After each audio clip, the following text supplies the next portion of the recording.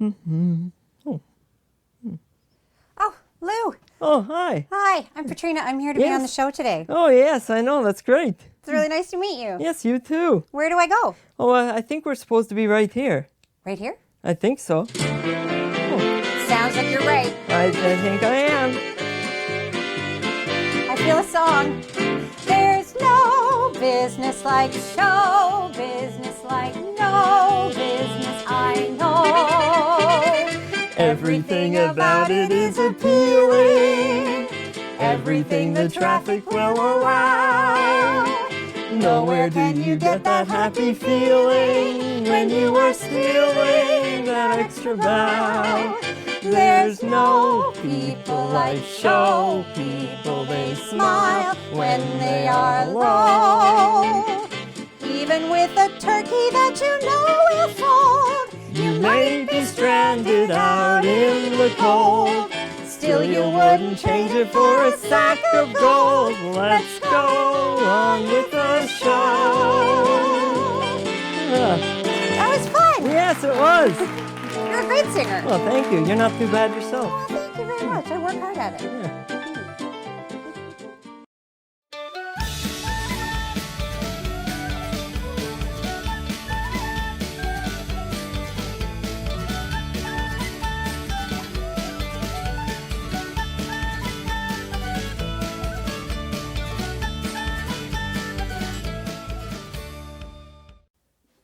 Yeah. Hi there, folks. My name is Lou. I hope you enjoyed my performance with Patrina Bromley. Don't go away, because coming up after this very short commercial break, we will have more from Petrina, as Gary Wheeseltin himself is going to have a wonderful interview with her. And also, later on in the show, we've got Rugged Shores. Don't miss it.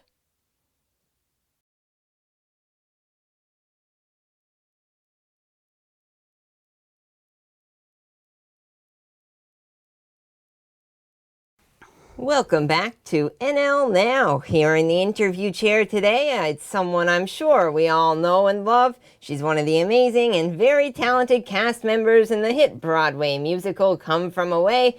You heard her at the top of the show doing a song with NL Now's very own furry blue monster, Lou. Please welcome Petrina Bromley. How are you doing today? I'm great, Gary. I'm so pleased to be here. Yes, it's so exciting. Now, we did an interview through Zoom or Skype back at the beginning of the pandemic, and it's so great to actually meet you in person now. You too, for sure. All those Zoom type things were fun to do, but Yes. it's always way more fun to do in person. Mm-hmm. So you've been off the Broadway stage for quite a while now, I guess more than a year and a half. So how excited are you to see Broadway starting to come back? I cannot wait. Mm-hmm. I'm so excited because, as you said, it's been over a year since we've been there. And just watching the little things that you're seeing now, little marquees going up and tickets are on sale and the little hints of things coming back, it's like waiting for Christmas to show up when you know you're getting an awesome Christmas present. Now, you haven't been completely off stage, however. I know that you just finished a tour with one of our former NL Now guests, Bill Brennan, and I was there for the show here in St. John's, and it was wonderful. So why don't you tell us a little bit about that tour? Well, thank you for coming. Yes. It was a ton of fun. Bill and I had planned to do it in the winter, in February, and of course that's when we went into another lockdown here on the island. So we had to postpone it, and things kept changing all over the place, and it was actually for a moment looking like it wasn't going to happen at all, because as we had picked new dates and were about to go out, Gander and Grand Falls and Stephenville went into a lockdown. But Gander and Grand Falls came out the week we were hitting the road. So we quickly threw those back on the calendar. And we picked up Stephenville a couple of weeks later. But it was so fun. I've been through those arts and culture centers so many times with Review, Rising Tide, with Newfoundland Young People's Theater, with Artistic Fraud. I know those places so well, and particularly Corner Brook, because I've directed community musicals out there a couple of times. So getting back to visit those spaces again was so incredible. And to do it with Bill, who's such an amazing musician, was just incredible. And he's such a great, fun person. Yeah. You met him. You know Yes. what he's like. Yeah. You can imagine he's not someone that you would, be stuck with. It's like, oh, thank goodness it's Bill, and we're going to be Yes. on the road, and we're in the car traveling together, and we had a really, really fun time. Yeah. So I guess that everyone in the cast have come from away is almost like a big family. So have you guys been keeping in touch since you last did your last show last March? We sure have, yeah. We have a couple of ways that we keep in touch. There are several text threads. Yes. All the women on, there's like two separate floors that dressing rooms are on. One is the Okay. women and one is the men. Because everything in Broadway, the theaters are really weird. They look like they're going to be huge, but all that space is actually taken up with the audience and the stage itself. Yes. So everything for backstage is squished upwards as high as it can go. So all of there's like 3 dressing rooms, and then you go up a flight of stairs and there's 3 more dressing rooms. You go up another flight of stairs and there's 3, like everything is stacked on top of each other. So on the ladies floor, as we call it, we have a text thread where we keep in touch. And then there's one general come from away thread that is actually everybody, just about everybody who's ever been in the cast, like people who are no longer with the show are still in that thread. And another one that's what we call the original Gander Girls. And so there's a bunch of those, and we've been Zooming as well. Yes. Yeah. Now, I want to go back to ask you, when did you first realize or think that you wanted to be a performer? I sort of have started saying it was in the womb because I don't know that I ever didn't. Right. I don't know if I knew what it was for a little while, but certainly as early as I can remember, some of my earliest memories are in like kindergarten, I guess it was, maybe grade 1, doing a pageant of some sort. And I went to Littledale, St. Augustine's, which was, it's not a school anymore, but at the time was an all-girls school. So we were doing something around nursery rhymes, and I got to play Little Boy Blue because this was very 70s, I owned a blue jumpsuit. Yes. So I got to play Little Boy Blue, and I remember, it's one of those things you're not sure if you created the memory or if you actually had it, but I think this is real because I remember lying on the stage and Little Boy Blue is asleep is the nursery rhyme, and I opened like one eye and like peeked out and saw my parents in the audience and was like, "This is the best thing ever." Yes. And I think from then I was caught by some sort of bug, and I always pretty much knew that I wanted to be involved. And I just loved to sing, and I loved to dance, and I loved expressing myself in that way. So it was always part of who I was. Yes. Yeah. Now, we've been doing all this talking about come from away, and I'm sure everyone in the audience knows what it is. But for those who might not exactly know what it is, why don't you give us a little bit of background about it and how it all got started? Sure. So Come From Away is a Broadway musical based on events in September 2001 when there was a terrorist attack in the United States, and all the skies essentially shut down. Planes were taken out of the air because that's how the terrorists were doing their job. So they shut down all of the airways, and Gander, being positioned where it is and having runways that are long enough, because it used to be an old American military installation, took 38 jets, which are like some of the biggest planes that are out there, a couple of hundred people on every plane. They took those into the airport there, Gander International Airport, and all of the surrounding towns, Appleton, Gambo, Dover, Lewisport, Gander, they all sort of rose to the occasion. And when they realized that people weren't going to be allowed off these planes, or when they realized, that people would be allowed off the planes, because at first they thought it would just be maybe a day and they would just keep people on the planes. But everything escalated. And so when they knew it would be more than a day, they found ways to house everybody, because there were only so many hotel rooms in Gander and not enough for the 6,000 people who came off those planes. So they used church halls, and people opened up their homes to individuals. Schools, the cafeterias and gymnasiums and classrooms all became staging grounds for the events that were going on. And so through the jigs and reels of all that, there are many people who had a really, really great diversion and made lifelong friends, and are forever grateful for the hospitality that was shown to them by the people in the area. So this is that story. It's the story of how people were welcomed in a time of great stress. Yeah, that's perfect. We do have to take a short break here, folks, but when we come back, we're going to have more from Petrina Bromley.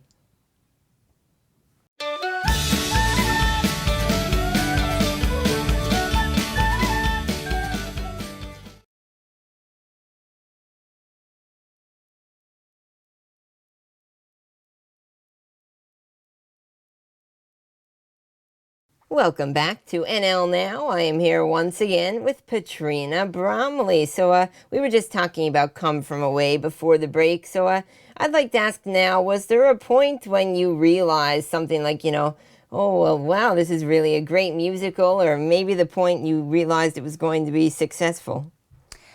I went into it a little bit with my backup, I'm not going to lie, because as a Newfoundlander, particularly I think sorry, touch the microphone there. Particularly, I think my generation of people had a lot of kind of a chip on our shoulder about some of the way that Newfoundlanders were represented in the rest of Canada, and the way that people decided that we were to be represented. I was never a fan of the Newfie joke, so I was a little worried about that, and I went in thinking, okay, I'm going to have to really sort of protect the way that we're represented here, but it was never an issue. Because our director is from a small community himself, and he told us near the very beginning of all the rehearsals, he said, it's important to me that everybody has dignity and these stories are told truthfully and honestly. So I never had to worry about it. And David and Irene, who are just the nicest people that you're ever going to meet, the writers of the show, had the best interest of everyone at heart. So they didn't create characters that were comic booky or cartoonish or broad stroke pictures of people. So that was all great. But I still was a little bit like, I don't know, it's about people handing out sandwiches. It's about being nice to people. Like, how can that be a compelling story? So I wasn't sure. Even after like one of the first table reads that we did, some of my American counterparts were weeping at the show, and I was like, maybe I just don't get it. I don't know. I'm not sure. I mean, it's good. I like it. But then the very first audiences that we did have, they just went, the place went up. They really, really responded to it so well. And I think that's when I kind of went, oh, okay, this is better than I'm aware that it is. And not that I didn't think it was good, but I think when you're inside something, or at least me, I have a little bit of a reticence to get too excited because maybe it won't work. So I like to set my expectations low so I can exceed them. So I was a little, cautious about it, and right away people were really, really responsive to it, and I think that helped calm me down a bit and made me realize it was a little bigger than I thought it was. And then they had someone come down from the Schubert's organization in New York to watch the show, so I knew there was some kind of talk and some kind of buzz about it going elsewhere. And the creative team, the director and the choreographer, had done a couple of shows that went, and our producers as well were involved in shows that went to Broadway, so I knew that it could possibly happen. But I don't think I ever anticipated it would be the success it is, and that it's playing now on several continents in like 4 or 5 countries is just incredible. Yeah. Now, Petrina, we're going to do something I like to do with all of my guests. We're going to play a little game. It's called Get to Know Me. So I'll ask you 5 questions, and you'll come back with the first thing that pops into your head. Okay. Your favorite color? Blue. Your favorite food? Noodles. Your favorite musical that isn't Come From Away? Grey Gardens. A role that you would like to play someday? Little Edie in Grey Gardens. And your favorite thing about being a Broadway performer? It's the other shows that I get to see, to be honest with you, that I have been able to see so many of the other musicals and plays that are happening. I've seen some incredible performances by, well-known actors that I never would have had the chance to otherwise. Well, thank you so much, Petrina. It's been so great having you on the show today. It's been a pleasure. It's so lovely to chat with you. NL Now will be right back with more after this short break.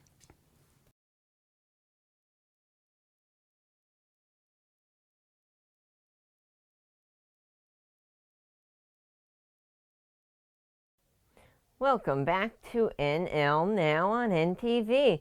I'm here now with two of the members from Rugged Shores. How are you guys doing today? Fantastic. How about yourself? Oh, I'm doing great. So, first of all, I'd like to know, how long Rugged Shores have been playing together as a group and when you first formed. Well, in his first iteration, it was just our one of the other singers in the band, Jim Thean, and another member, Wayne James. They started playing under the name Rugged Shores several years ago now. I think 4 or 5 years they've been playing under the name, and it didn't really become a full band until about 3 years ago. Yeah. And then about 6 to 8 months after that, I joined. So we've gone through a couple of different lineup changes, we'll say, in the last few years. We've sort of solidified it in the last 6 to 8 months or so. It's myself and Rowan, our fearless leader, Jim Thean.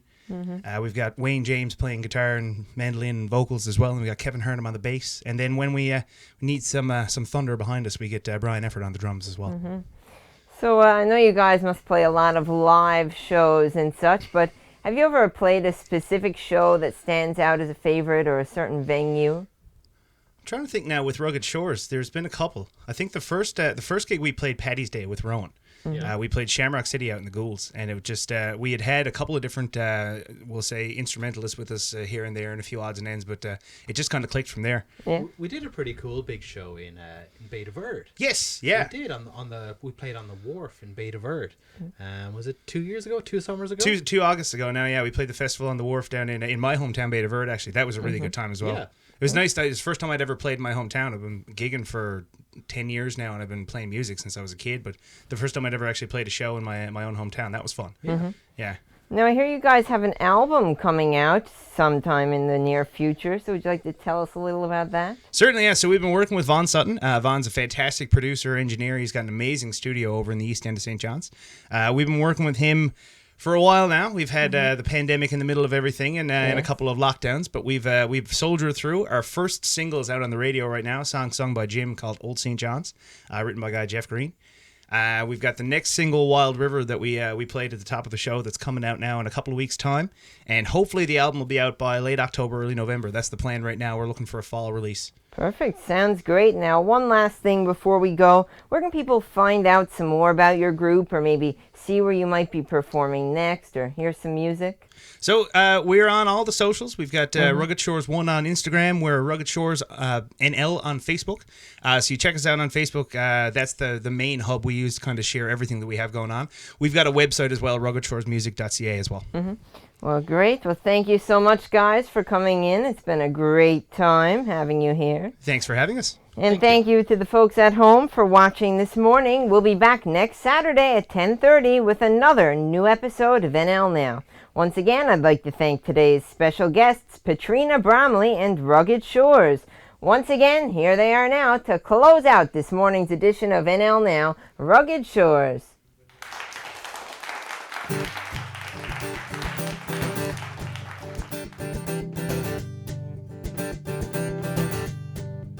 There's a wild river runs between where I come from and where I've been. All my troubles run one side. If I float away, maybe I can hide. Wild river, won't you take me home? From these sunny faces won't leave me alone. Wild river, please float me away. Across the lonesome ocean I must roll. Wild river, take me home.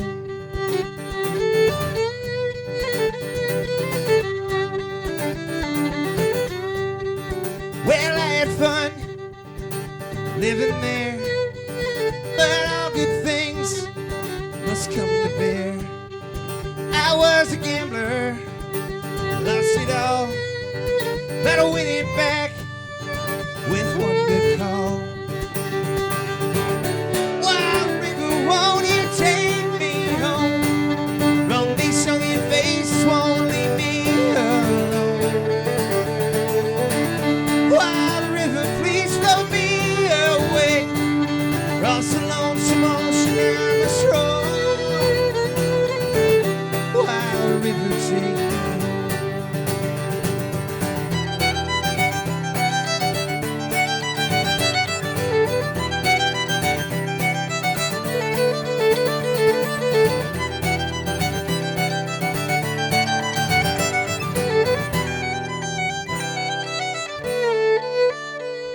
It's that time I went home, asked for forgiveness, then ceased to roam.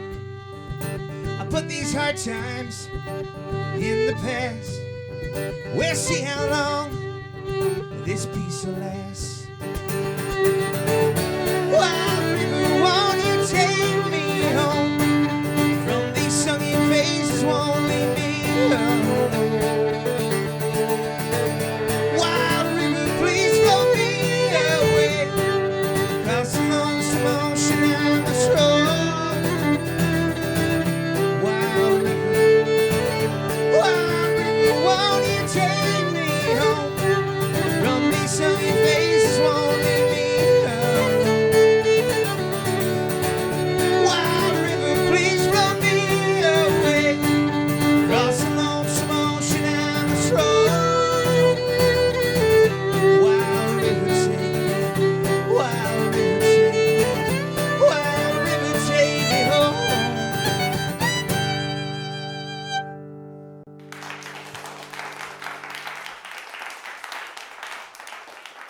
Thank you all for joining us here this morning on NL Now. Come back to NTV next Saturday at 10:30 for another all-new exciting edition with some brand new special guests. See you there.